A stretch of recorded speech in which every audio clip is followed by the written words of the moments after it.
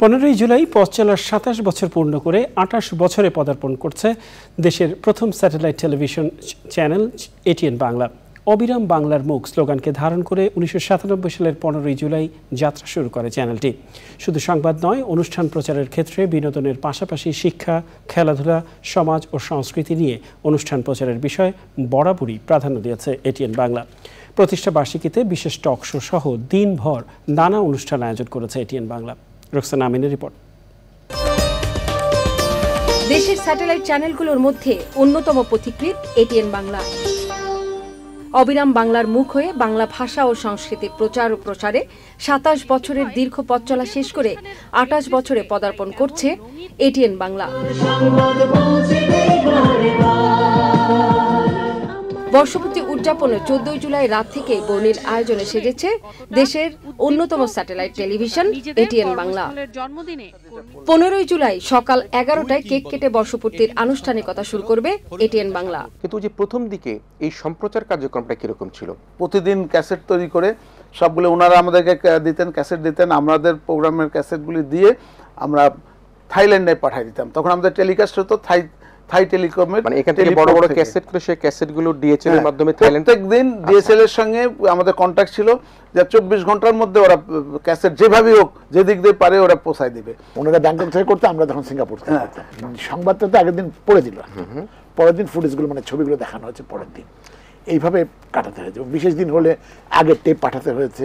এমন ঘটনা ঘটেছে, বাবুদের ক্ষেত্রে ঘটেছে যে ব্যাংককে তখন আমাদের কাউকে ব্যাংকক বা সিঙ্গাপুরে কাউকে পাঠাতে হয়েছে, গিয়ে হাতে গিয়ে ক্যাসেটটা বের করে তারপরে ওই ক্যাসেটটা নতুন ক্যাসেটটা নিতে। হাসান আহমেদ চৌধুরী কিরণের সঞ্চালনা ও পরিচালনায় প্রতিষ্ঠা বার্ষিকীর অনুষ্ঠানের বিশেষ টক শো শুভরাত্রিতে অংশ নেন দেশের স্যাটেলাইট টেলিভিশন চ্যানেলের 2 কিংবদন্তি ও গণমাধ্যম ব্যক্তিত্ব এটিএন বাংলার চেয়ারম্যান ডক্টর মাহফুজুর রহমান এবং ইমপ্রেস টেলিফিল্ম লিমিটেড ও চ্যানেল আই এর ব্যবস্থাপনা পরিচালক ফরিদুর রেজা সাগর। আজকে একটা স্যাটেলাইট চ্যানেল 28 বছরে পা দিচ্ছে, এই যে ধারাবাহিকতা ধরে রাখা, এটা কিন্তু খুবই কঠিন ব্যাপার।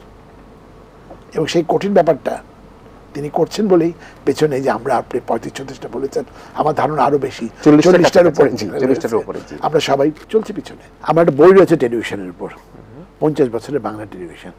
সেই বইটা আমি উৎসর্গ করেছি ডক্টর মাহফুজ রহমানকে। উৎসর্গ তো নামের পাশে লিখে দিয়েছি যে এই দেশের প্রথম স্যাটেলাইট টেলিভিশনের প্রতিষ্ঠাতা। আমাদের চ্যানেলকে যদি সার্ভাইভ করাতে হয়, পে চ্যানেলের বিকল্প নেই। সবচেয়ে যেটা আমার জন্য সেই সময় শুরুতে যেটা হেল্প করার, আমি সাগর ভাইকে ধন্যবাদ জানাই যে উনারা এগিয়ে আসলেন। প্যাকেজ প্রোগ্রাম প্রথম ইমপ্রেস টেলিফিল্ম শুরু করে।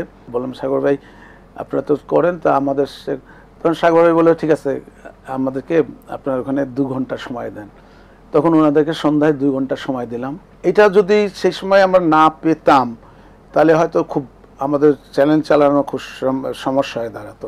অবিরাম বাংলার মুখ স্লোগান ধারণ করে আগামীর পথ চলায় নতুন দিগন্ত উন্মোচন করার প্রত্যাশায় এটিএন বাংলা পরিবার। সাহিত্যিকের দিক দিয়ে আর গানের দিক দিয়ে আমি আগে আইছি, এখন আমরা এক কাজ করতে পারি, উনাকে গান। রোকসানা আমিন, চ্যানেল আই, ঢাকা।